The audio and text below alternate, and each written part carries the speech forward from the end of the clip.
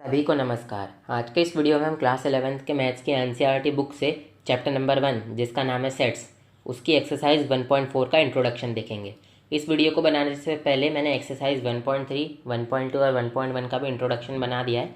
तो मैं आपको ये सुझाव देता हूँ कि आप पहले उनको जाके पहले देखिए, क्योंकि उन एक्सरसाइज में जितने भी कॉन्सेप्ट हैं ना, उन्हीं कॉन्सेप्ट्स का यूज़ करके, मतलब उन कॉन्सेप्ट्स का भी इस एक्सरसाइज के इंट्रोडक्शन में यूज़ होगा। तो इसलिए अगर आप सीधे इस एक्सरसाइज के इंट्रोडक्शन पे आ जाएंगे, उन कॉन्सेप्ट्स को देखेंगे ही नहीं, तो हो सकता है आपको थोड़ा कन्फ्यूज़न हो। तो चलिए चालू करते हैं हमारा इंट्रोडक्शन टू एक्सरसाइज 1.4। पहला टॉपिक है हमारा वेन डाइग्राम्स। हमारा इंट्रोडक्शन एक नए टॉपिक के साथ शुरू हुआ है, तो चलिए पढ़ते हैं। Most of the relationship between sets can be represented by the means of diagrams which are known as Venn diagram. तो सेट्स के बीच में जो भी रिलेशनशिप्स, जो भी संबंध होते हैं, उनको किससे रिप्रेजेंट किया जाता है? डायग्राम से, जिसको हम कहते हैं वेन डायग्राम। अभी ये लाइन आपके इतने अच्छे से समझ नहीं आ रही होगी, लेकिन अभी आपको समझ आ जाएगा। अब सेट्स के बीच में कौन कौन से रिलेशन, जैसे कि ए इक्वल्स टू बी, ये एक रिलेशन हो सकता है, ए सबसेट ऑफ बी, इस तरीके के रिलेशंस हो सकते हैं सेट्स के बीच में। तो इस तरीके के रिलेशंस की बात की जा रही है। तो अभी आपको समझ आ जाएगा। ये वेन डायग्राम अभी मैं आपको समझाऊंगा। अभी पहले पढ़ लेते हैं। Venn diagrams are named after English logician. Logician कौन होता है? जो भी अपने किसी एक विषय में, अपने किसी एक सब्जेक्ट में स्पेशलाइजेशन यानी कि निपुणता हासिल करता है। तो ये एक इंग्लिश लॉजिशियन थे, जॉन वेन नाम के। 1834 में जन्म हुआ, 1883 में इनकी मृत्यु हो गई। इनके नाम पर वेन डायग्राम्स को नाम दिया गया, शायद इन्होंने डिस्कवर किया होगा इसलिए। These diagrams consist of rectangle and closed curves, usually circles। आप देख सकते हैं इस डायग्राम में एक रेक्टेंगल है और उसके अंदर सर्कल बने हुए हैं। The universal set is represented by usually a rectangle and its subset by circles। and its subsets by circle। जो भी यूनिवर्सल सेट होता है ना, जैसे कि जो रेक्टेंगल है ना, ये यूनिवर्सल सेट को रिप्रेजेंट कर रहा है। यूनिवर्सल सेट के अंदर के सभी एलिमेंट्स रेक्टेंगल के अंदर है, और उसके जो भी सबसेट है, मान लो ए यूनिवर्सल सेट का सबसेट है, तो ए के सभी एलिमेंट्स ए के सर्कल के अंदर होंगे। ये देखिए, ये जो सर्कल है ये ए का सर्कल है, इसलिए यहाँ पर बाहर लिखा भी हुआ है ए। और ये जो रेक्टेंगल है ये यूनिवर्सल सेट का रेक्टेंगल है, इसलिए यहाँ लिखा हुआ है यू। चलिए अब इलस्ट्रेशन देखते हैं, यानी कि देखते हैं इन्होंने किस तरीके से वेन डायग्राम को हमको दिखाया है। अब ये एक फिगर है हमारा, जो कि मैंने आपको समझाया, इसको डिटेल में समझते हैं। u इज इक्वल्स टू, जो u यानी कि यूनिवर्सल सेट के अंदर एलिमेंट्स है वो 1 से लेकर 10 तक हैं। 1, 2, 3, 4, 5, 6, 7, 8, 9, 10।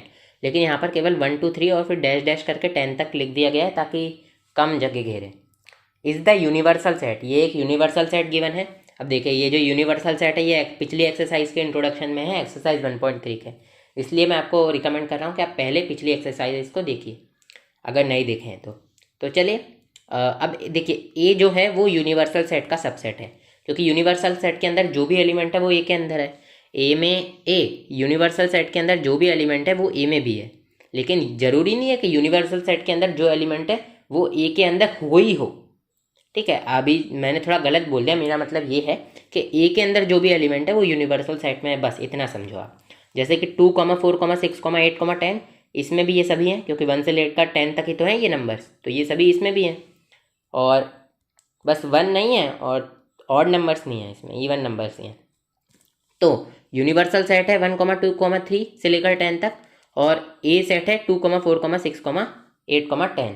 तो आप देख सकते हैं इसके सभी एलिमेंट्स इसमें आ जाएंगे, आएंगे कि नहीं आएंगे? तो हम लिखेंगे यूनिवर्सल सेट तो हो जाएगा हमारा ये। चलिए इसको एक बार ना मैं आपकी क्लियरिटी के लिए लिख देता हूँ, बहुत लोगों को डाउट रहेगा। यहाँ लिख देता हूँ, universal set is equals to 1, 2, 3, 4, 5, 6, 7, 8, नीचे लिख रहा हूँ 9, 10। ठीक है, ये यूनिवर्सल सेट है। और ए सेट क्या है हमारा? 2, 4, 6, 8, 10। ठीक है, अब देखिए ए सेट के सभी एलिमेंट्स यूनिवर्सल सेट में है, तो हम लिखेंगे ए सबसेट ऑफ यू। अब ये जो हमने लिखा है ना, बस इसको जिस तरीके से इस रिलेशंस को एक्सप्रेस किया जाता है ना, वो तरीका, वो माध्यम ही है क्या? Venn diagram. अब आप लोग समझ गए होंगे। तो अब देखिए, अब मुझे इसको रिप्रेजेंट करना है, तो मैंने क्या किया? सबसे पहले तो एक रेक्टेंगल बना लिया। ठीक है, सबसे पहले एक रेक्टेंगल बना लिया। ये रेक्टेंगल किताब में बना हुआ है। उसके अंदर मतलब रेक्टेंगल बना के इधर मैंने ये यहाँ पर यू लिख दिया, जो कि ये दर्शाता है कि ये एक यूनिवर्सल सेट है। फिर मैंने इसके अंदर एक सर्कल बना दिया। क्या बना दिया? एक सर्कल बना दिया, जो कि है ए सेट का सर्कल, इसलिए यहाँ पर लिखा हुआ है ए। और फिर उस सर्कल के अंदर मैंने ए सेट के सभी एलिमेंट्स लिख दिए, 2, 4, 6, 8, 10। ये देखिए ये सभी एलिमेंट्स लिखे हुए हैं ए सेट के अंदर। ए सेट के सर्कल के अंदर ही लिखना है आपको। जैसे कि आपको कोई कह दे कि इस तरीके से कोई आपको दे दे, चलो अभी तो मतलब मैं आपको अब इसी से समझा देता हूँ, ये ज़्यादा ईजी है। इस तरीके से कोई आपको दे दे, ठीक है, ये आपको दे रखा है, और बोले कि ए सेट के सभी एलिमेंट्स को लिखो, तो वो जो ए सेट का सर्कल है ना, उसके अंदर ही लिखना है। और वो भी कैसे लिखना है? जैसे कि एक एलिमेंट है 2, तो पहले लगाओ डॉट, ये देखो यहाँ पर डॉट लगाए, उसके बाद लिखो 2। और ऐसे जितने भी एलिमेंट्स हैं उनके आगे भी आपको एक डॉट लगाना है। डॉट ये रिप्रेजेंट करता है कि ये एक सेट के अंदर, यूनिवर्सल सेट के अंदर लिखा हुआ है, ठीक है। तो मतलब जैसे कि मान लीजिए इस यूनिवर्सल सेट में मैं अपनी मर्जी से एक एलिमेंट जोड़ लूँ 7, तो मुझे अब इस यूनिवर्सल सेट के डायग्राम में भी जोड़ना पड़ेगा। अच्छा 7 पहले से ही है इसमें, ठीक है, 7 पहले से ही है। तो ये देखिए ये डॉट लगा के लिखा हुआ है, तो हर एलिमेंट को डॉट लगा के लिखना है। यूनिवर्सल सेट के अंदर के जितने भी एलिमेंट हैं, जरूरी नहीं है वो ए सेट के अंदर हो, ए सेट के अंदर के जितने भी एलिमेंट हैं उनको ए सेट के अंदर लिख दो डॉट लगा के, और उसके अलावा जो यूनिवर्सल सेट में एलिमेंट्स हैं उनको इस तरीके से ए सेट के बाहर लिख दो, लेकिन यूनिवर्सल सेट के अंदर लिख देना। हाँ ये ध्यान रखना कि ये एलिमेंट बाहर नहीं निकले, भले ही इसके अंदर ए के अंदर नहीं होना चाहिए और यूनिवर्सल सेट के बाहर नहीं होना चाहिए, ठीक है। चलिए अब देखते हैं इलस्ट्रेशन 2, ठीक है। अब इसमें ये इससे आपको और अच्छे से क्लियर हो जाएगा। इसमें क्या दे रखा है? ये यूनिवर्सल सेट सेम है 1 से लेकर 10 तक, और इसमें 2 सेट है, एक सेट है ए, एक सेट है बी, और ये बी ए का सबसेट है, ठीक है, बी ए का सबसेट है, क्योंकि बी के एलिमेंट्स 4, 6 ए में प्रेजेंट है, ठीक है। तो अब इसका देखिए, सबसे पहले तो एक यूनिवर्सल सेट बना लिया हमने, जिसके अंदर ए सेट और बी सेट होंगे। अब आप देखो, हम ये देख रहे हैं कि बी ए का सबसेट है, मतलब बी के सभी एलिमेंट्स ए के अंदर प्रेजेंट है, तो जो बी का सर्कल होगा ना वो भी ए के अंदर प्रेजेंट होगा। हम ये देखते हैं कि बी के सभी एलिमेंट्स ए के अंदर प्रेजेंट है, तो इसका मतलब ये है कि जब भी हम इस चीज़ को वेन डायग्राम के रूप में रिप्रेजेंट करेंगे तो बी का सर्कल ए के सर्कल के अंदर होगा। देखिए ये बड़ा वाला सर्कल देख रहे हैं आप, ये वाला, ये ए का सर्कल है, और ये छोटा वाला सर्कल बी का सर्कल है। बी के सर्कल के अंदर हमने लिख दिए एलिमेंट्स .4, .6, कॉमा मतलब नहीं लगाया, .4 और .6, क्योंकि बी में यही एलिमेंट्स थे, और ए सेट के एलिमेंट्स क्या थे? .2, .4, .6, .8, .10। अब देखो .4 और .6 तो बी सेट में ही आ गए, और बी सेट ए के अंदर ही है, तो ये तो पहले ही लिख दिए। अब .2, .8 और .10 को हमने कहाँ लिखा? ए सेट के अंदर ही लिखा, ए सेट से बाहर नहीं लिखा। तो इस चीज़ को आप समझ रहे होंगे, आप इस चीज़ से कनेक्ट कर पाए होंगे कि ए के अंदर बी है, तो एक बी के सभी एलिमेंट्स भी ए के अंदर है, तो इसको इस चीज़ से हम रिप्रेजेंट कर रहे हैं। और ये सभी के देखो, बी किसके अंदर है? ए के अंदर, और ए किसके अंदर है? यूनिवर्सल सेट के अंदर। ऐसे बी के एलिमेंट किसके अंदर है? ए के अंदर। बी के एलिमेंट किसके अंदर है? ए के अंदर। और ए के और बी के सभी एलिमेंट्स किसके अंदर है? यूनिवर्सल सेट के अंदर। ये चीज़ आई होप आप लोग समझ पा रहे होंगे। इसको चलिए, the reader will see an extensive use of, extensive मतलब काफ़ी ज़्यादा, use of Venn diagrams when we discuss the union intersection difference of sets. तो ये आगे पढ़े होंगे आप लोग इसी एक्सरसाइज के इंट्रोडक्शन में। अब देखिए, सबसे पहले तो मैं चाहता हूँ आप लोगों को हर चीज़ क्रिस्टल क्लियर हो, क्या कहते हैं अंग्रेजी में मुझे पता नहीं है, मतलब अच्छे से समझ आ जाए। तो उसके लिए ये ऑपरेशन ऑफ सेट्स पढ़ने से पहले मैं आपको एक उदाहरण दूंगा इसी यूनिवर्सल सेट का।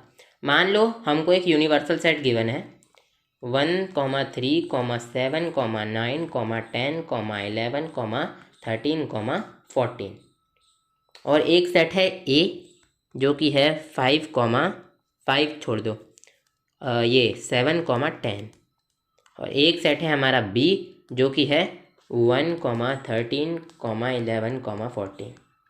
तो अब कोई बोले कि ये जो भी 3 चीज़ें हैं इनको एक वेन डायग्राम के थ्रू रिप्रेजेंट करो, तो वो सबसे पहले अभी मैं आपको करके बताऊंगा कैसे करना है। तो अभी मैंने आपको ये सिखाया था ना, इस तरीके से रिप्रेजेंट करके बताया था, सारा समझाया था। तो इस चीज़ को आप खुद करने की कोशिश कीजिए और फिर खुद करने मतलब इस वीडियो को पॉज कीजिए और कोशिश कीजिए कि खुद कर पा रहे हैं कि नहीं। फिर चलिए मैं तो करवा ही देता हूँ। अब उसके लिए सबसे पहले तो एक रेक्टेंगल बना लीजिए आप। बड़ा सा रेक्टेंगल बना रहा हूँ ताकि आप लोगों को ईजी रहे। ये क्या स्टार बन गया है। तो एक तरीके से रेक्टेंगल बनाना है हमें, ठीक है। ये बन गया रेक्टेंगल। अब रेक्टेंगल के ऊपर इधर लिख दीजिए यू यानी कि यूनिवर्सल सेट को डिनोट कर रहे हैं। अब देखिए दो सेट हैं ए और बी, तो मैं इसके अंदर दो सर्कल बनाऊंगा क्योंकि दो सेट हैं। और हम ये भी देखते हैं कि जो क्या बोलते हैं यहाँ पर क्या है, A not a subset of B है और B not a subset of A है, ठीक है। इसलिए मेरे को लग रहा है काफ़ी लोग इस चीज़ को रिप्रेजेंट नहीं कर पाए होंगे, क्योंकि अगर मैंने जानबूझ के ऐसा एग्जांपल दिया, क्योंकि अगर मैं आपको ऐसा एग्जांपल दे देता जिसमें ए के सभी एलिमेंट्स बी में प्रेजेंट है तो आप आराम से एकदम बिल्कुल कॉपी पेस्ट कर देते, ये ऐसे और ये ऐसे। इसलिए मैंने सोचा कि जो लोग अच्छे से समझे होंगे ना उनको तो समझ आ गया होगा कि क्या करना है। तो मैं बताता हूँ। तो अब इसमें दो सर्कल बनेंगे। अब ए का अलग सर्कल बनाओ। देखो ए का ये ओवल बन गया, इसको सर्कल बनाना, और बी का अलग सर्कल बनाओ, ठीक है। ए का अलग सर्कल बनाओ, बी का अलग सर्कल बनाओ, क्योंकि ए के सभी एलिमेंट्स बी में प्रेजेंट नहीं है। तो ये हो गया ए, ये हो गया बी। अभी मैं एक और केस लूँगा, आप देखना। तो अब ए का ये है, तो ए के अंदर 7 और 10 है तो डॉट लगाओ और लिख दो 7, और 10 है तो डॉट लगाओ लिख दो 10। सिमिलरली बी में क्या है, 1 है तो डॉट 1, 3 है तो डॉट 3, 11 है तो डॉट 11, 14 है तो डॉट 14, ठीक है।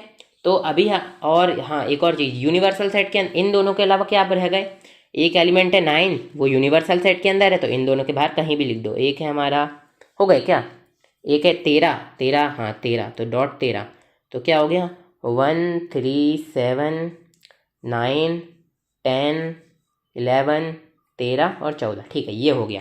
तो ये हो जाएगा हमारा करेक्ट वेन डायग्राम। ऐसे आपसे एग्जाम में क्वेश्चन पूछा जा सकता है, ठीक है। अब चलिए अब एक और चीज़ देख लेते हैं, एक और नया केस देख लेते हैं। मान लो कोई यूनिवर्सल सेट है, सेम यूनिवर्सल सेट मान लो 1 से लेकर 2, 3 से लेकर 10 तक, यानी कि 1 से लेकर 10 तक के नेचुरल नंबर है। और ए सेट, इस बार ना मैं अलग ही तिगड़म लगाऊंगा, देखना। ए सेट मान लो 2, 3 है और बी सेट मान लो क्या है 3, 5, 7। अब आप इस चीज़ को कैसे रिप्रेजेंट करोगे, आप देख रहे हो कि ए नॉट अ सबसेट है बी का और बी नॉट अ सबसेट है ए का, ठीक है। तो लेकिन एक एलिमेंट है 3 जो कि इन दोनों में कॉमन है, तो इस कॉमन एलिमेंट को किस तरीके से रिप्रेजेंट करोगे आप, उसी चीज़ को सिखाने में आया हूँ, ठीक है। तो इसके लिए भी सिंपल एक नया वेन डायग्राम बना लो। इस तरीके से बनाता हूँ मैं, एक रेक्टेंगल बना लेता हूँ सबसे पहले। यार ये फिर स्टार बन गया, ये रेक्टेंगल पता नहीं क्यों ढंग से नहीं बनता। अब बन गया रेक्टेंगल। इधर लिख दीजिए आप यू। चलिए रुक जाइए, अभी इस चीज़ को हम लोग अच्छे से देखेंगे, ठीक है। तो यूनिवर्सल सेट लिखिए। चलिए अब इस चीज़ को मैं आपको बताता हूँ। तो इसमें सर्कल बनाने हैं हमको सबसे पहले थोड़ी दिक्कत हो गई थी, लेकिन अब मैं आपको समझा देता हूँ मैं क्या समझा रहा था। तो हाँ, मैं आपको बता रहा था कि अगर दो सेट हों उनमें एक एलिमेंट कॉमन हो तो उसको सेट में किस तरीके से रिप्रेजेंट करना है। तो सबसे पहले इस तरीके से मैंने बना लिया है अपना यूनिवर्सल सेट, जिसको हम यू नाम दे देंगे। अब इन दोनों के लिए सबसे पहले गाइज एक यूनिवर्सल सेट भी लिख लेते हैं। तो यूनिवर्सल सेट कैसे लिखेंगे, देखो यूनिवर्सल सेट वो होगा जिनमें इन दोनों के सभी एलिमेंट्स होंगे और साथ में कुछ और भी एलिमेंट्स होंगे। तो लिख लेते हैं भाई, यूनिवर्सल सेट को डिनोट किया जाता है यू से, और ये हो जाएगा मान लो 2, 3, 1, 3, 1 मिनट 3 को तो हम पहले लिख दिए, 5, 7। ये मान लो ये हमारा यूनिवर्सल सेट है। अब सबसे पहले मैं इस तरीके से यू लिख दूंगा यहाँ पर। ये देखो ये यू यहाँ पर ढंग से नहीं लिखा, मैं इसको एक बार ढंग से लिख देता हूँ ताकि आप लोगों को समझ आ जाए। ये देखिए ये यहाँ पर यू लिख दिया मैंने। ये यू किस चीज़ को दर्शा रहा है, यूनिवर्सल सेट को। अब मैं क्या करूँगा, ये जो भी मैंने रेक्टेंगल बनाया है इसमें दो सर्कल बनाऊँगा। क्यों, क्योंकि मेरे दो सेट हैं, ठीक है। तो पहला सर्कल मैं ए सेट के लिए बना लेता हूँ, पहला सर्कल ए सेट के लिए बन गया, और ये दूसरा सर्कल मैंने बी सेट के लिए बना लिया। अब आप लोग देखोगे कि मैंने जो सर्कल बनाया है ना उनमें कुछ एरिया मैंने कॉमन रखा है। मतलब ये जो एरिया मैंने ब्लैक कलर से शेड किया है, ये एरिया सेट ए के सर्कल में भी आता है, सेट बी के सर्कल में भी आता है। ये देखिए ये वाला सर्कल हमारा सेट ए का है और ये वाला सर्कल हमारा सेट बी का है। तो सबसे पहले तो देखो सेट ए में कौन कौन से एलिमेंट है, 2,3, 3 ए और बी में कॉमन है, तो उसको हम लास्ट में लिखेंगे। ठीक है, तो अभी के लिए मैं इसको रब कर देता हूँ। ठीक है, तो ए में .2 लिख दो, जो एलिमेंट कॉमन है उसको बाद में लिखेंगे। फिर बी में 5,7 है, वो .5,7 लिख दिया। अब देखो ध्यान से, जो 3 है ये इन दोनों में कॉमन है, और ये जो एरिया है ये भी इन दोनों में कॉमन है। तो जो इन दोनों में कॉमन एरिया है ना, उस कॉमन एरिया में ही कॉमन एलिमेंट्स को लिखा जाता है। तो .3 ये हमने लिख दिया। और यूनिवर्सल सेट में कौन सा एलिमेंट बचा, एक 1 बचा, तो 1 को यहाँ लिख दिया। इस तरीके से इन चीज़ों को रिप्रेजेंट किया जाता है। तो आई होप आप लोग ये समझ गए होंगे। चलिए अब हम करते हैं हमारा इस इंट्रोडक्शन का नेक्स्ट टॉपिक, जो कि है ऑपरेशंस ऑन सेट्स। हमारा नेक्स्ट टॉपिक है ऑपरेशंस ऑन सेट्स। अब ऑपरेशंस क्या होता है? ऑपरेशंस का मतलब होता है कि अगर हम कोई वैल्यू इनपुट करें और उसका हमें आउटपुट मिले ऑपरेशन की मदद से, तो वो होता है हमारा ऑपरेशन। तो देखिए, हमने अभी तक कौन कौन से ऑपरेशन पढ़ रखे हैं नंबर्स के ऊपर, प्लस, माइनस, मल्टीप्लाई और डिवाइड। ये 4 ऑपरेशंस अभी तक हमने पढ़े थे नंबर्स के ऊपर। अब हम ऑपरेशंस पढ़ेंगे सेट्स के ऊपर।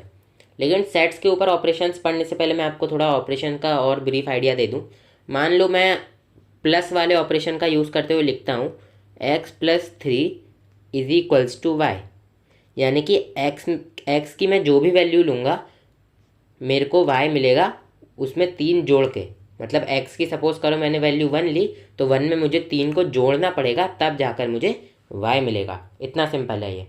ठीक है, अब उदाहरण के लिए मैं x की वैल्यू अब 2 ले लेता हूँ, तो x = 2 ले लो, तो क्या हो जाएगा 2 + 3 = y हो जाएगा। तो यहाँ से y की वैल्यू 5 आ गई। तो आप यहाँ पर देख सकते हो कि हमने एक नंबर 2 लिया, एक नंबर 3 लिया और उससे एक अलग नंबर आया। ठीक है, ऐसा जनरली ऑपरेशंस में होता है। तो मैंने आपको ऑपरेशंस का ब्रीफ आइडिया दे दिया। ऐसे ही आप मान लो कोई ऑपरेशन डिफाइन कर देते अपने से ही, x/2 = y, और x की जगह मान लीजिए 10 ले लेते तो y की वैल्यू आपको 5 मिल जाती, 10/2 क्योंकि 5 होता है। तो ये सिंपल सा मतलब होता है ऑपरेशंस का, कि हम जनरली होता है ना, मतलब कि अपन 2 नंबर को जोड़ते हैं तो कोई तीसरा नंबर ही मिलता है। उदाहरण के लिए 3 और 3 को जोड़ो तो 6 मिला। ठीक है, तो इस तरीके से। अब इसको पढ़ते हैं। In earlier classes we have learned how to perform the operations of addition, subtraction, multiplication and division on numbers. जब हम छोटी क्लासों में थे तो हमने पढ़ा था कि कैसे प्लस, माइनस, डिवाइड और मल्टीप्लाई हम नंबर्स पे करते थे। Each one of this operations was performed on a pair of numbers to get another number. मतलब हम 2 कोई नंबर लेते थे, उनको या तो प्लस करते थे या माइनस या डिवाइड या मल्टीप्लाई करते थे, फिर हमको अलग नंबर मिलता था। For example, when we perform the operation of addition on the pair of numbers 5 and 13, we get the number 18। जब हम 5 और 13 को ऐड करते हैं तो हमें 18 मिलता है, और ऐड करना क्या है यहाँ पर, ऑपरेशन है। Again performing the operation of multiplication on pair of numbers 5 and 13, we get 65। और 5 और 13 को अगर हम मल्टीप्लाई करें तो हमको क्या मिलता है, 65। तो यहाँ पर कह ये रहे हैं कि ऐसा ऑपरेशंस में ज़्यादातर होता है कि 2 नंबर को जोड़ते हैं तो तीसरा नंबर मिलता है जो उन दोनों नंबर से अलग हो। जैसे कि अब मैं 7 में 4 को जोड़ दूँ तो 11 मिला, इन दोनों से अलग है ये। और मैं 7 में मान लो 4 को गुना कर दूँ, मल्टीप्लाई कर दूँ, तो मुझे 28 मिला। ये भी 7 से भी अलग है, 4 से भी अलग है। तो इस तरीके से ऑपरेशंस काम करता है। हाँ, ऐसा ज़रूरी नहीं है कि ऐसा ही हो। उदाहरण के लिए मान लो मैंने 0 में 0 को जोड़ दिया, तो तब तो मुझे 0 ही मिल गया, यही नंबर मिला, है ना। तो ऐसा ज़रूरी नहीं है, ये बस ऐसा बोला गया कि ऐसा जनरली ज़्यादातर होता है। Similarly there are some operations which when performed on 2 sets give rise to another set. और ऐसे कुछ ऑपरेशंस होते हैं जो कि 2 सेट्स के बीच में या 2 सेट्स पे लगाए जाएं तो उनसे हमको नया सेट मिल जाता है। ठीक है, अब इसका भी वैसा ही है, जैसे कि हमने क्या था, 0 + 0 0 आ गया, तो यहाँ पर तो हमारा अलग नंबर नहीं आया, 0 ही मिला। लेकिन 5 + 7 किया तो 12 आया, यहाँ पर देख सकते हैं अलग नंबर आया। तो ऐसा ही सेट्स में होगा कि ज़्यादातर केसों में जब आप 2 सेट्स पे ऑपरेशन लगाओगे तो अलग सेट मिलेगा ज़्यादातर। ठीक है, ज़्यादातर केसों में ऐसा होगा कि अगर आप दोनों सेट्स पे ऑपरेशन लगाते हो, कोई भी दो सेट्स पे, तो आपको एक अलग सेट मिलेगा। लेकिन कुछ केसेस ऐसे भी हैं जिनमें आपको हो सकता है सेम सेट ही मिल जाए। ठीक है, कुछ केसेस ऐसे हैं, जैसे नंबर में केस था ना, ऐसे ही कुछ केसेस सेट्स में भी हैं। चलिए अब इसको हम लोग अच्छे से पढ़ लेते हैं। कहाँ थे हम लोग? ये इधर थे। Similarly there are some operations which when performed on two sets give rise to another set. We will now define certain operation on sets and examine their properties. अभी हम कुछ ऑपरेशंस डिफाइन करेंगे, यानी कि ये जो ऑपरेशंस है ना, ये डिफाइन किए गए हैं साइंटिस्टों द्वारा, मैथमेटिशियंस द्वारा। ठीक है, और एग्जामिन का मतलब होता है उनकी प्रॉपर्टीज को देखेंगे, पता लगाएंगे। Henceforth we will refer all our sets as subsets of some universal set। यानी कि और आगे जब हम बाद में और पढ़ेंगे, मतलब ये जो हमारा टॉपिक है ना, ऑपरेशंस ऑन सेट्स, इसमें सबसे पहले हम नॉर्मल ऑपरेशन पढ़े और उसके बाद हम ऐसे ऑपरेशंस पढ़ेंगे जिसमें हम जितने भी हमारे सेट्स हैं उनको यूनिवर्सल सेट का सबसेट रेफर करेंगे। ठीक है, अब ये वाली लाइन आपको समझ नहीं आई होगी, तो वो इसलिए नहीं आ रही है क्योंकि आपने एक चीज़ है वो पढ़ी नहीं है। तो ये जो देखो, ये जो लाइन है ना जिसको मैंने अभी सर्कल किया है, इसका क्या मतलब है बेसिकली? देखो, इसका ये मतलब है कोई यूनिवर्सल सेट ले लो, मान लो 1,2,3 है। अब इसके बेसिस पर एक यूनिवर्सल सेट, मतलब मतलब मैं कहना क्या चाहता हूँ आप लोगों से, उस चीज़ को ध्यान से सुनना। मतलब ये जो यूनिवर्सल सेट है ना, ये किसी ना किसी सेट के लिए तो होगा। मतलब यूनिवर्सल सेट क्यों लिखते हैं? किसी सेट के लिए तो लिखते हैं। ठीक है, तो मान लो कोई सेट है ए, उसके लिए हो गया ये यूनिवर्सल सेट। ठीक है, तो अब कुछ ऐसे भी ऑपरेशंस होते हैं जो कि बिना यूनिवर्सल सेट के नहीं हो सकते। उन ऑपरेशंस के बारे में आपको मैं आगे पढ़ाऊंगा। ठीक है, उदाहरण के लिए चलिए मैं आपको वो ऑपरेशंस बता ही देता हूँ क्या होते हैं। उस ऑपरेशन को हम कहते हैं कॉम्प्लीमेंट। ठीक है, कॉम्प्लीमेंट। अब देखिए, मैंने आपको बता दिया कि उसको क्या बोलते हैं, और अभी मेरे को इसलिए इस चीज़ को समझाने में भी दिक्कत हो रही है क्योंकि आप कॉम्प्लीमेंट जानते नहीं हैं क्या होता है। तो अगर मैं आपको अभी कॉम्प्लीमेंट बताऊंगा तो लाइन से नहीं चल पाएंगे, इसलिए ये तो मतलब हम लोग क्या बोलते हैं वीडियो में आगे देखेंगे ही सही। चलिए अब सबसे पहला हम लोग देखते हैं हमारा ऑपरेशन, जो कि होता है यूनियन ऑफ सेट्स। अब यूनियन ऑफ सेट्स क्या होता है इसको देख लेते हैं। Let A and B be any two sets. A और बी को कोई भी दो सेट मान लो। The union of A and B is the set which consist of all the elements of A and all the elements of B, the common elements being taken only once. A union B वो होगा जिसमें ए के भी सभी elements हों, B के भी सभी एलिमेंट्स हों, और जो एलिमेंट अगर ए और बी में कॉमन है तो उनको केवल एक बार लिया जाएगा। द सिंबल, ये जो सिंबल है ना, यू जैसा थोड़ा दिख रहा है, चौड़ा वाला U, is use to denote union. इसको हमको मतलब इस सिंबल को हम यूज करते हैं यूनियन को डिनोट करने के लिए। Symbolically we can write A union B and usually read as A union B. मतलब जब हम ऐसा लिखते हैं तो हम इसको कैसे पढ़ते हैं? A union B. ठीक है, अब चलिए इसके एग्जाम्पल ले लेते हैं। मान लो कोई सेट है आपका ए जो कि है 2,3। मान लो कोई सेट है आपका बी जो कि है 3,5,4।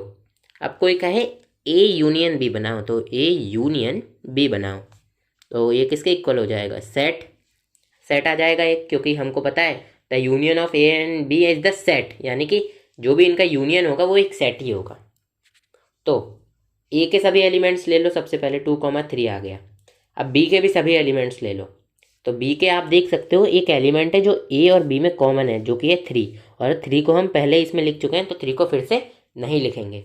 तो हमने लिख दिया 2,3, इस 3 को मैं ढंग से लिख देता हूँ 2,3।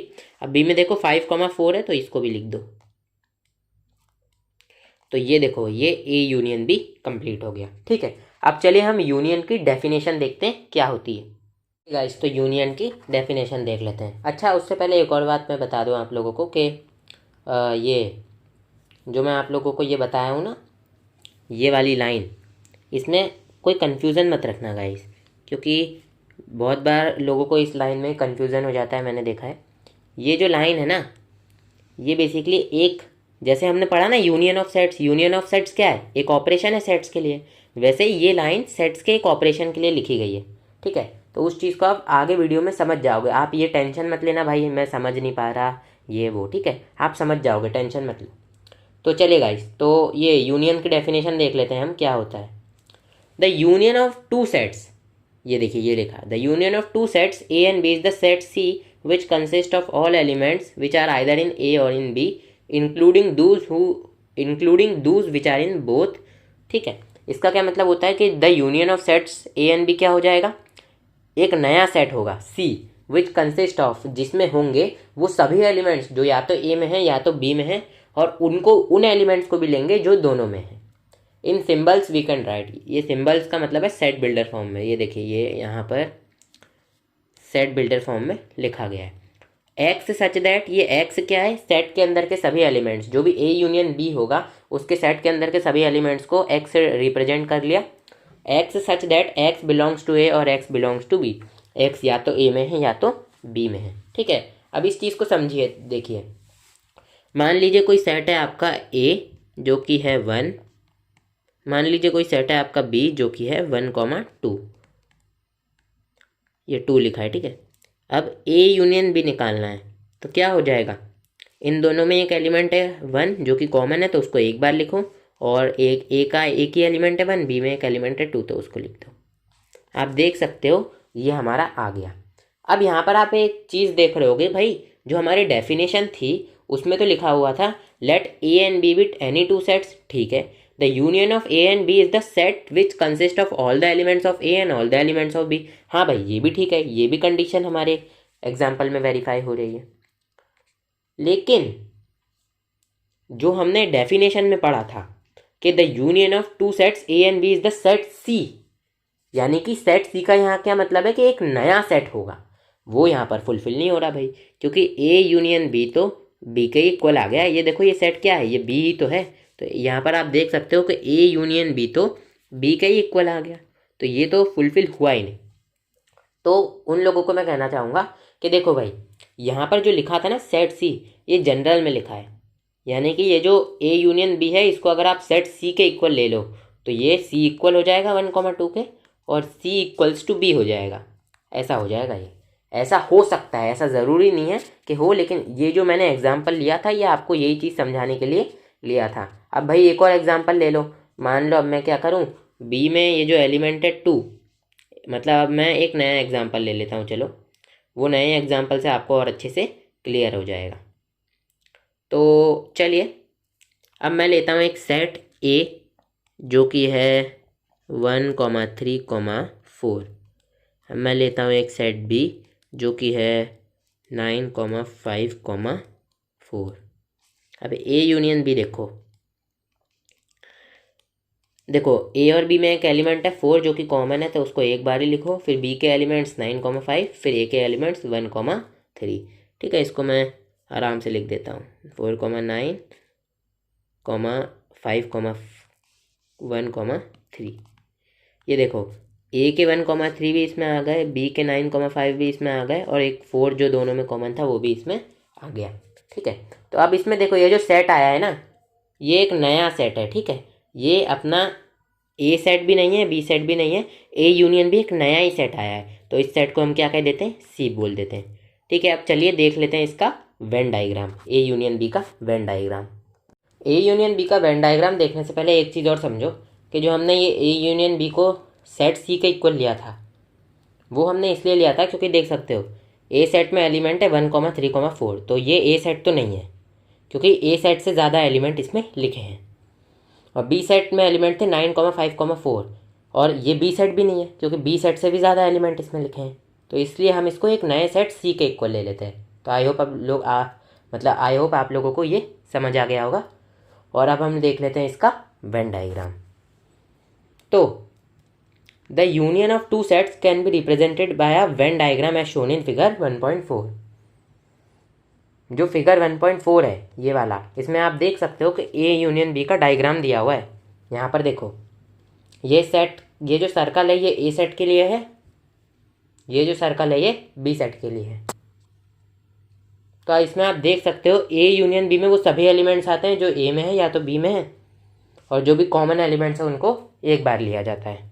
ए में देखो कॉमन एरिया कौन सा है ए और बी में, ये वाला एरिया आप देख सकते हैं जिसको मैं शेड कर रहा हूँ, ये वाला एरिया कॉमन है। ठीक है, तो जो भी एलिमेंट्स ए और बी में कॉमन होंगे वो किस एरिया में लिखे जाएंगे, इस वाले एरिया में। यहाँ पर जैसे कि देख सकते हो कि ए और बी में एक एलिमेंट कॉमन था 4, तो इसको इस तरीके से डॉट लगाकर 4 लिख दिया जाएगा। ये दिक्कत हो रही है थोड़ी लिखने में, बट आप ढंग से लिखिएगा। ठीक है, और ए में बाकी कौन से एलिमेंट्स है, .1 .3, तो ये .1 .3, और बी में कौन से एलिमेंट्स है, .9 .5, मतलब 9 और 5 एलिमेंट्स हैं, इनको लिखते हैं सेट के अंदर डॉट लगा के। ठीक है, तो इनको इस तरीके से लिखा जाता है। आई होप आप लोग समझ गए होंगे। अब इसके वेन डायग्राम पे नज़र डाल लेते हैं कैसे आया। देखो ए यूनियन बी में वो सभी एलिमेंट्स आते हैं जो या तो ए में हो या तो बी में है। तो यहाँ पर देखो ये सभी, ये एरिया किसका है, ये इतना एरिया ए का हो गया और इतना ही एरिया बी का भी हो गया। ठीक है, बी का एरिया ये देखिए, मैं अलग कलर से शेड कर देता हूँ ताकि आप लोगों को क्लियर रहे। ठीक है, मैं आप लोगों को एकदम अच्छे से समझाऊंगा। यहाँ पर देखिए ए का एरिया ये वाला है पूरा पूरा, ब्लू कलर से के अलावा मैं इसको येलो से कर रहा हूँ। ठीक है, और जो बी का एरिया है उसको मैं मान लीजिए इस कलर से कर देता हूँ। तो ये आप देख सकते हो कि जो ये बीच वाला एरिया है वो ए और बी दोनों के अंदर है, यानी कि ये कॉमन एरिया है।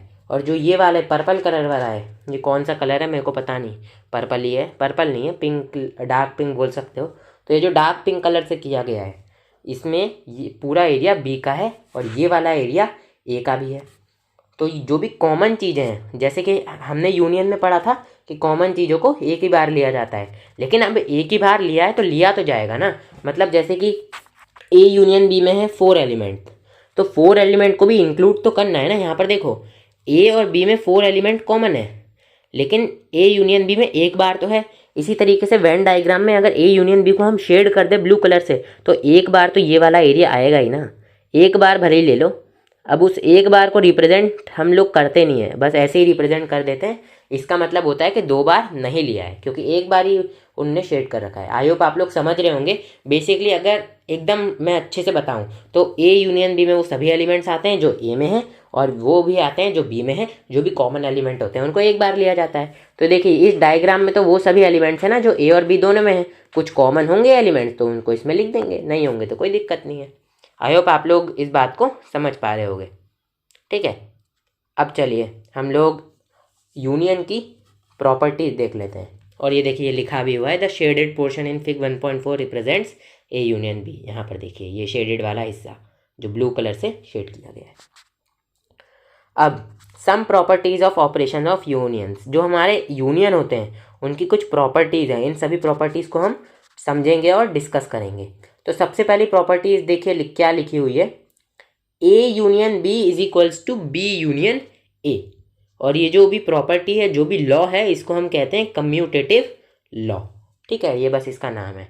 तो ये तो काफ़ी सिंपल है। अगर आप मान लो 5 + 7 करते थे तो ये तो 7 + 5 के इक्वल होता था ना, तो ये इस तरीके से ही है। ठीक है, अभी हम लोग एंड में इन सभी प्रॉपर्टीज़ को वेरीफाई भी कर लेंगे सेट्स के एग्जाम्पल के माध्यम से। अब A union B union C करते हैं तो ये A union B union C के इक्वल हो जाता है। जैसे कि आप क्या बोलते हैं 5 + 7 + 3 करते हो, है ना, तो ये किसके इक्वल होता है, ये इक्वल किसके हो जाता है, ये इक्वल हो जाता है 5 + 3, इसको ब्रैकेट में ले लो, प्लस इसमें 7 जोड़ दो। आंसर क्या, आंसर तो अपना 15 ही आना है दोनों तरफ, है ना। तो ये इसलिए इक्वल हो जाता है, और इसको क्या कहते हैं हम लोग, एसोसिएटिव लॉ बोल देते हैं। अब थर्ड वाली आइडेंटिटी है, इसको चलो मैं समझा ही देता हूँ, बिना समझे शायद आप लोग समझ नहीं पाओगे। ए यूनियन करे 5 के साथ तो हमको ए मिलता है। तो मान लो कोई सेट है ए जो कि है आपका 1, 2, कोई सेट है आपका 5 क्या होता है, यही तो होता है ये खाली हिस्सा। तो ये जो खाली सेट होता है, एम्प्टी सेट होता है, इसको ही 5 बोला जाता है। अब देखो ए का यूनियन करो आप 5 के साथ, किसके साथ, 5 के साथ, तो देखो आपको क्या मिलता है। सबसे पहले देखो ये अपना 5 में एक भी एलिमेंट 5 में एक भी एलिमेंट नहीं है, तो सिंपल ए सेट ही आ जाएगा 1, 2, क्योंकि जो 5 है वो ए सेट के अंदर प्रेजेंट है। क्योंकि देखो ए सेट के अंदर एक खालीपन भी तो है, यहाँ पर देखो ए सेट के अंदर 1, 2 एलिमेंट तो हैं, ठीक है, लेकिन इनके अलावा एक खालीपन भी तो है, एक खालीपन। अब ये आप लोग समझ नहीं पा रहे होंगे, यदि आपने 1.3 का इंट्रोडक्शन वीडियो देखा होगा तो आपको ये बात आराम से पता चल रही होगी कि जो ए यूनियन फाई है, इसमें देखो ये खालीपन भी तो है, ये खालीपन इन एलिमेंट्स के अलावा, और फाई क्या है, ये खालीपन ही है, तो ये खालीपन ही तो है फाई। तो basically A union phi basically A के इक्वल हो जाता है। देख लीजिए ये जो सेट है ये ए ही है, फाइव में तो एक भी एलिमेंट नहीं है तो उसको लिखा ही नहीं, तो ए यूनियन फाइव तो ए के इक्वल हो गया। अब नेक्स्ट है हमारा A union A is equals to A, इसको हम कहते हैं आइडेम्पोटेंट लॉ। और ऊपर जो हमने लॉ पढ़ा था ना ये फाइव वाला, A union phi is equals to A, इसको हम कहते हैं law of identity element, phi is the identity of U, ये बस नाम लिखा हुआ है, इसको ज़्यादा याद रखने की ज़रूरत नहीं है। तो देखिए ए यूनियन ए तो सिंपल सी बात है, ए ही आ जाएगा 1,2। अब ए का यूनियन करो ए के साथ, तो देखो दोनों सेम ही हैं तो सेम एलिमेंट्स आ जाएंगे, ए की बाहर लिखे जाएंगे। तो देखो ये किसके इक्वल आ गया, ए के इक्वल आ गया। काफ़ी सिंपल लॉ है।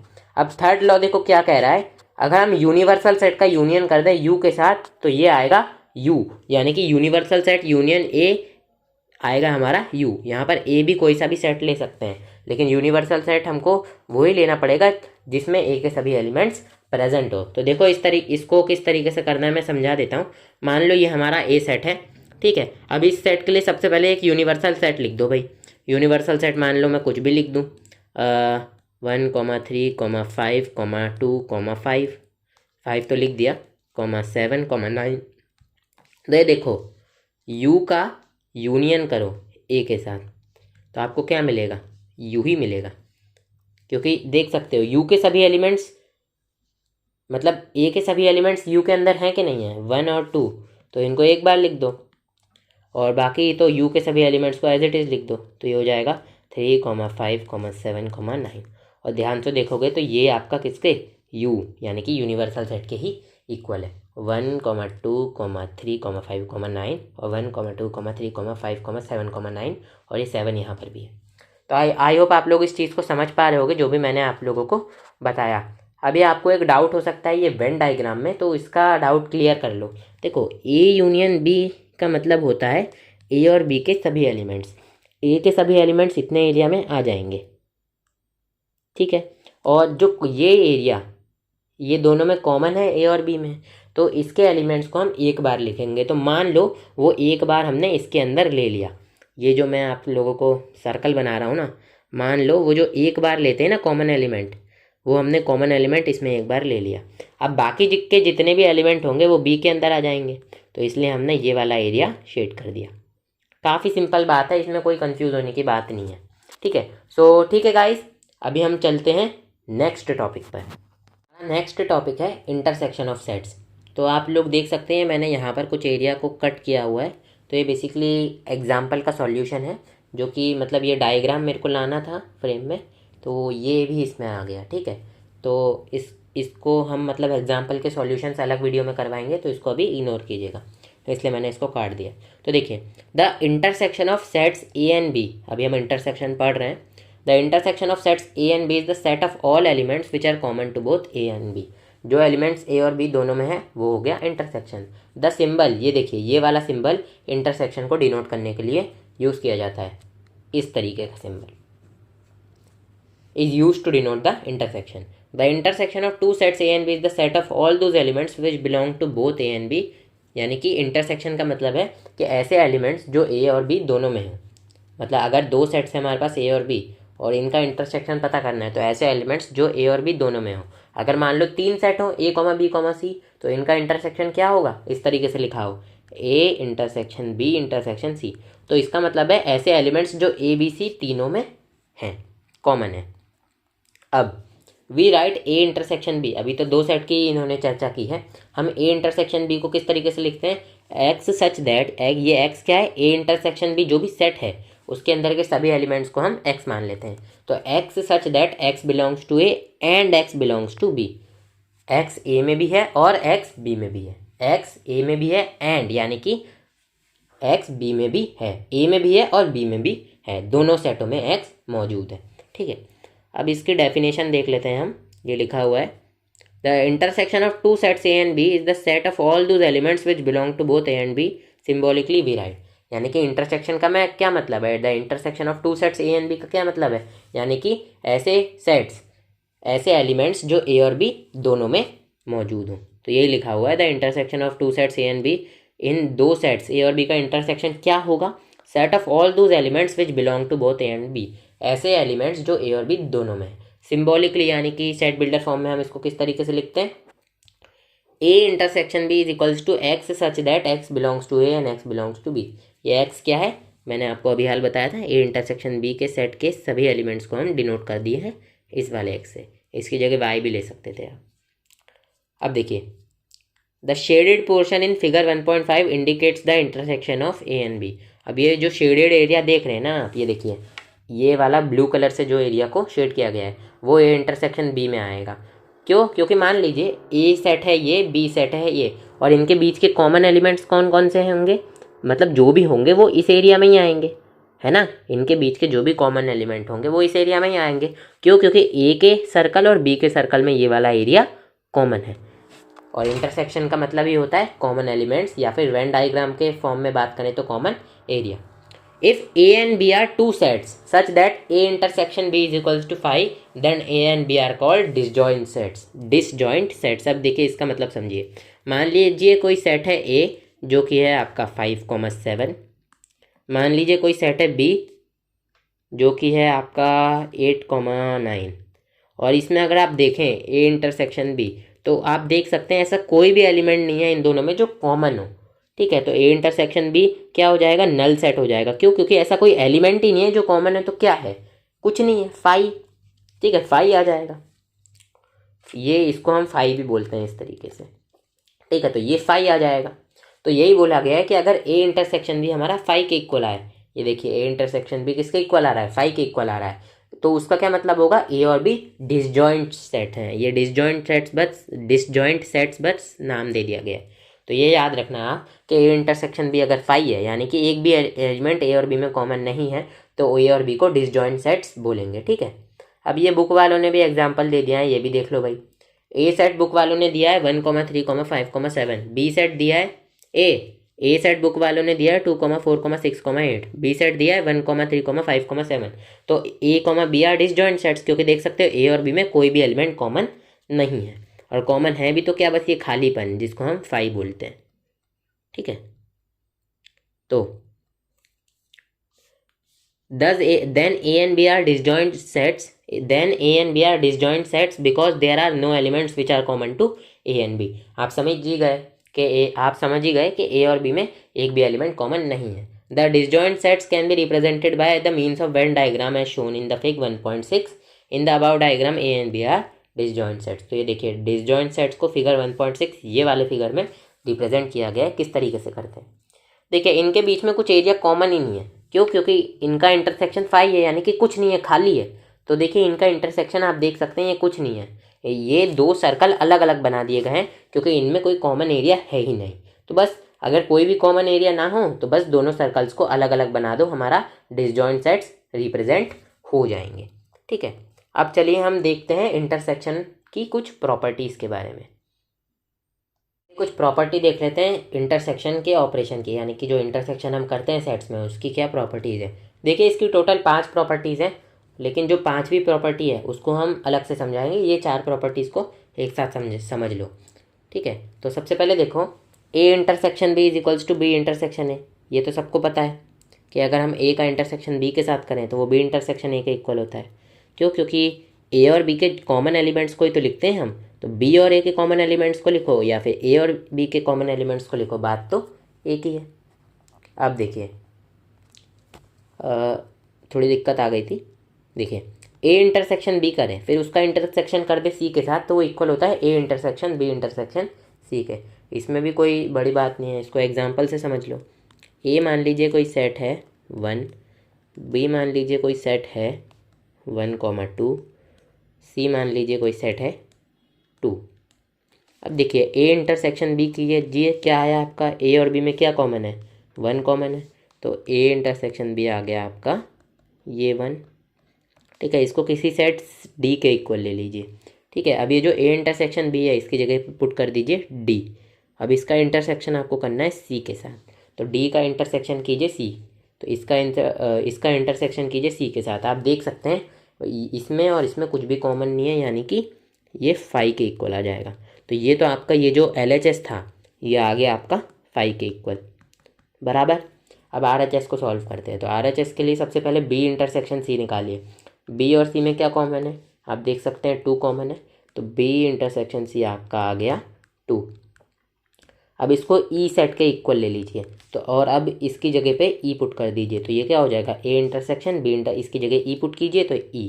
अब ये वाला सेट है E, इसका इंटरसेक्शन A के साथ कीजिए तो A में और इसमें E वाले सेट में ये कुछ भी कॉमन नहीं है, तो ये हमारा जो A इंटरसेक्शन E आएगा ये क्या आ जाएगा, फाई आ जाएगा, क्योंकि दोनों में कुछ कॉमन नहीं है।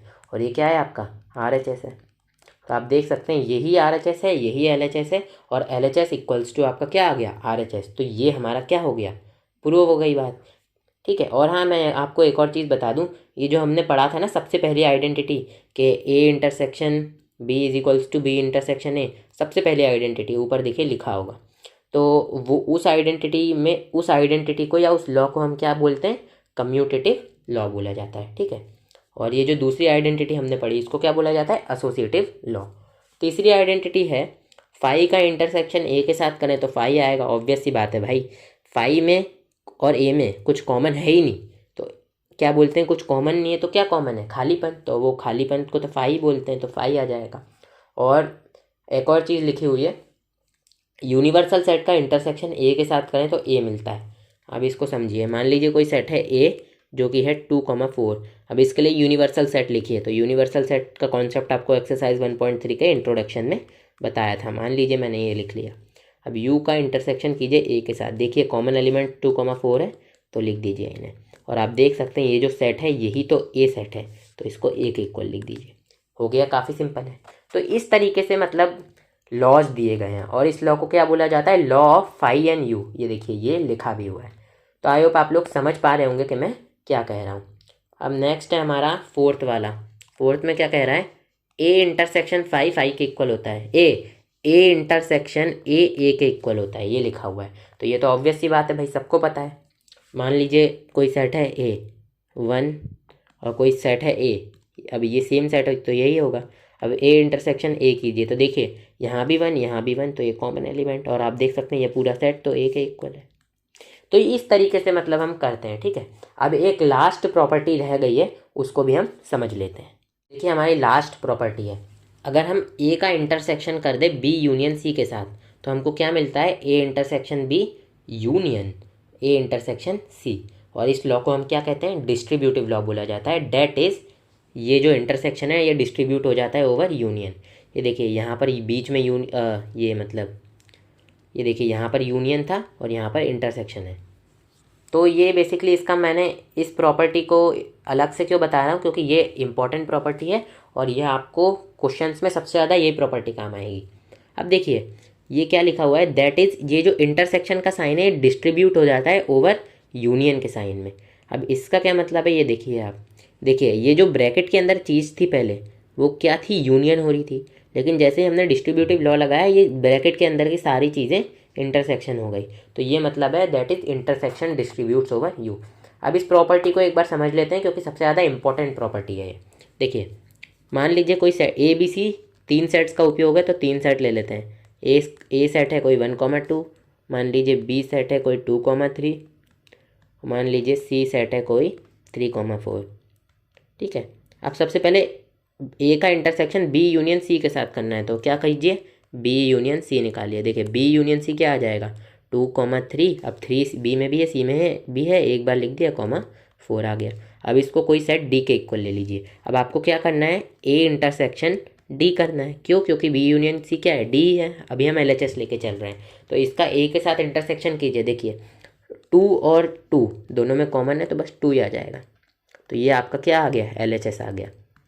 अब हम RHS को सॉल्व करेंगे। RHS में देखिए A इंटरसेक्शन B कीजिए भाई, सबसे पहले तो A इंटरसेक्शन B किसके इक्वल है, A और B में क्या कॉमन है, केवल 2 कॉमन है, तो ये आ गया 2। इसको कोई सेट E के इक्वल ले लीजिए। अब A इंटरसेक्शन C निकालिए, क्योंकि यहाँ पर A इंटरसेक्शन C है, तो A इंटरसेक्शन C क्या आ गया, देखिएगा A और C में क्या कॉमन है, कुछ भी कॉमन नहीं है, तो फाई आ जाएगा, ठीक है, आ जाएगा ना, बिल्कुल आ गया। अब देखो A इंटरसेक्शन B का यूनियन करना है हमको A इंटरसेक्शन C के साथ, तो इसका क्या मतलब है, ए इंटरसेक्शन बी है ई, इसका मतलब है ई का यूनियन करना है हमको ए इंटरसेक्शन सी, जो कि है ए इंटरसेक्शन सी क्या है, फाई है। अब आपको पता होगा कि फाई का क्या मतलब होता है, ये मतलब होता है ये खालीपन। तो किसी भी चीज़ को फाई से यूनियन करते हैं तो वो चीज़ खुद ही मिल जाती है। तो ई का यूनियन कीजिए फाई से तो आपको सिंपल ई ही मिल जाएगा, और ई क्या है आपका, ये 2 है, ठीक है, यही तो ई है यहाँ पर देखिए ना। तो आप देख सकते हैं ये आपका आर एच एस के इक्वल है, किसके इक्वल है, आर एच एस के इक्वल, ये देखिए ये वाला आर एच एस। तो ये लॉ क्या हो गया, L H S equals to R H S हो गया। तो इसका मतलब क्या है, ये लॉ बिल्कुल सही है। अब देखिए ये लॉ मैंने आपको बताने में पूरे अलग से 3 मिनट दिए, क्यों दिए, क्योंकि ये लॉ काफ़ी इंपॉर्टेंट है, ठीक है। इस लॉ का यूज़ करके जो हमारी लास्ट एक्सरसाइज है, मिसलेनियस एक्सरसाइज जिसे बोलते हैं, उस एक्सरसाइज के लगभग में मोस्ट ऑफ द क्वेश्चंस जो कि टफ होने वाले हैं, टफ यानी कि बड़े क्वेश्चंस हैं और उनको समझने के लिए आपको थोड़ा टाइम देना पड़ेगा, तो उनको हम इसी कॉन्सेप्ट से सॉल्व करेंगे। अगर आपको ये कॉन्सेप्ट पता होगा तो उनको तो आप आराम से सॉल्व कर दोगे। चलिए अब कुछ वेन डायग्राम्स देख लेते हैं हमारे।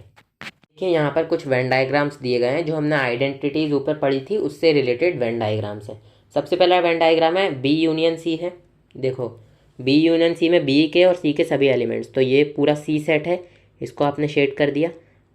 देखिए जब भी आपको मान लीजिए बी यूनियन सी निकालना है तो जो भी 2 सेट्स यहाँ लिखे हुए हैं उन दोनों सेट्स को शेड कर दीजिए और उनके कॉमन एरिया को एक बार ही शेड कीजिए। तो यहाँ पर देखिए बी सेट के सी सेट के एरिया को मैंने शेड कर दिया। ये एरिया जो ये वाला एरिया, ये और ये क्या बोलते हैं, ये वाला एरिया, मैं इसको अलग कलर से मार्क करता हूँ। जो ये वाला एरिया है आप देख सकते हैं ये बी और सी दोनों में कॉमन है, तो इनको मैंने एक बार ही शेड किया और बाकी मैं बी के एरिया को शेड कर देता हूँ। ए से हमको कोई मतलब नहीं है। यहाँ पर 3 सेट का वेन डायग्राम बनाया गया है, बन सकता है 3 सेट का वेन डायग्राम भी बन जाता है, 4 का भी बन जाता है, लेकिन 4 का सर्कल, चलिए 4 का वेन डायग्राम आपके कोर्स में नहीं है, उसको छोड़िए। अब देखिए सेकंड हमारा है A intersection B union C.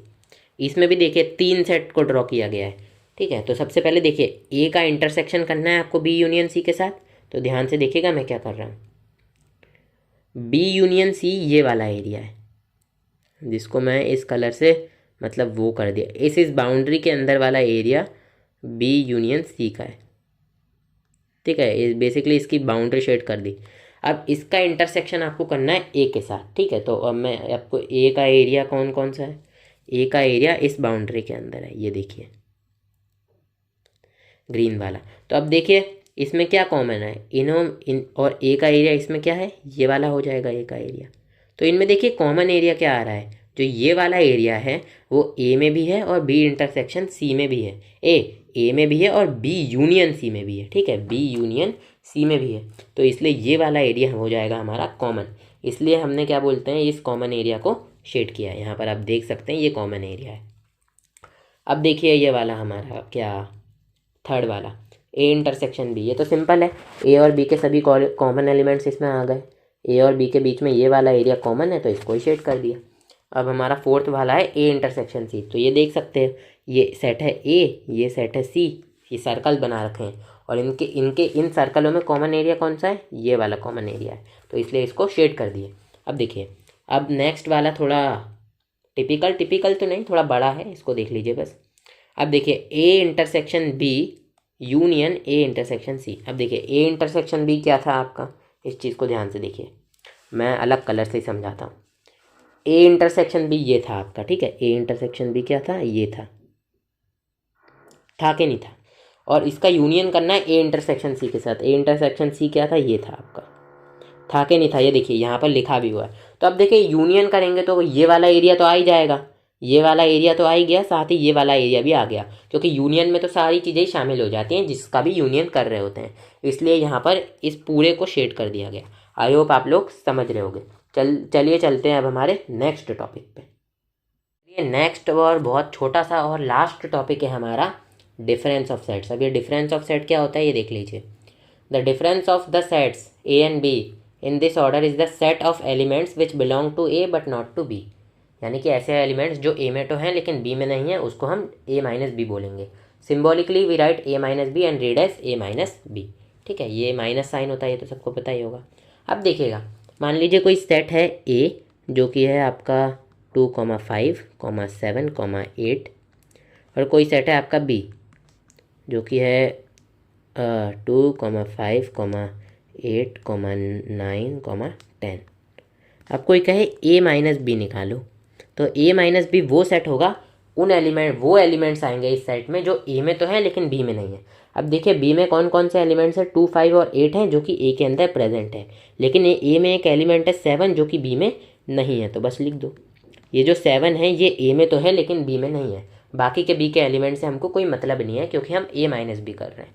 Similarly मान लीजिए अगर हम ये यहाँ पर b माइनस ए कर रहे होते, अगर हम b माइनस ए कर रहे होते तो इसका ये मतलब है वो एलिमेंट्स जो कि b में तो है लेकिन a में नहीं है।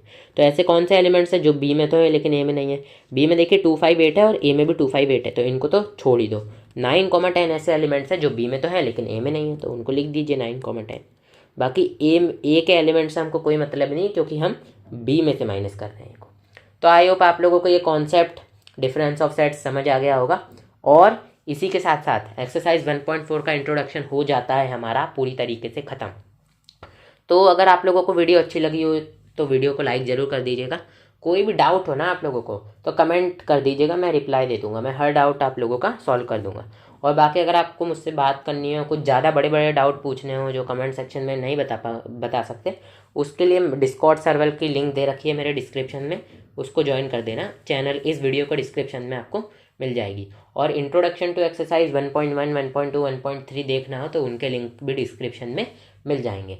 और डिस्कॉर्ड ऐप आप पहले डाउनलोड कर लेना प्ले स्टोर से, क्योंकि उस लिंक को आप क्लिक नहीं कर पाओगे क्योंकि वो यूट्यूब का कोई ग्लिच है। तो एक पेपर लेना, पेपर पे उस लिंक को लिख लेना, फिर डिस्कॉर्ड ऐप डाउनलोड करना, फिर उसमें एक ऑप्शन होता है ऐप में ऐड सर्वर, और ऐड सर्वर में लिंक डालने का भी ऑप्शन होता है, तो वहाँ उस लिंक को मैनुअली लिख देना, तो आप मेरे सर्वर में, डिस्कॉर्ड सर्वर में आ जाओगे।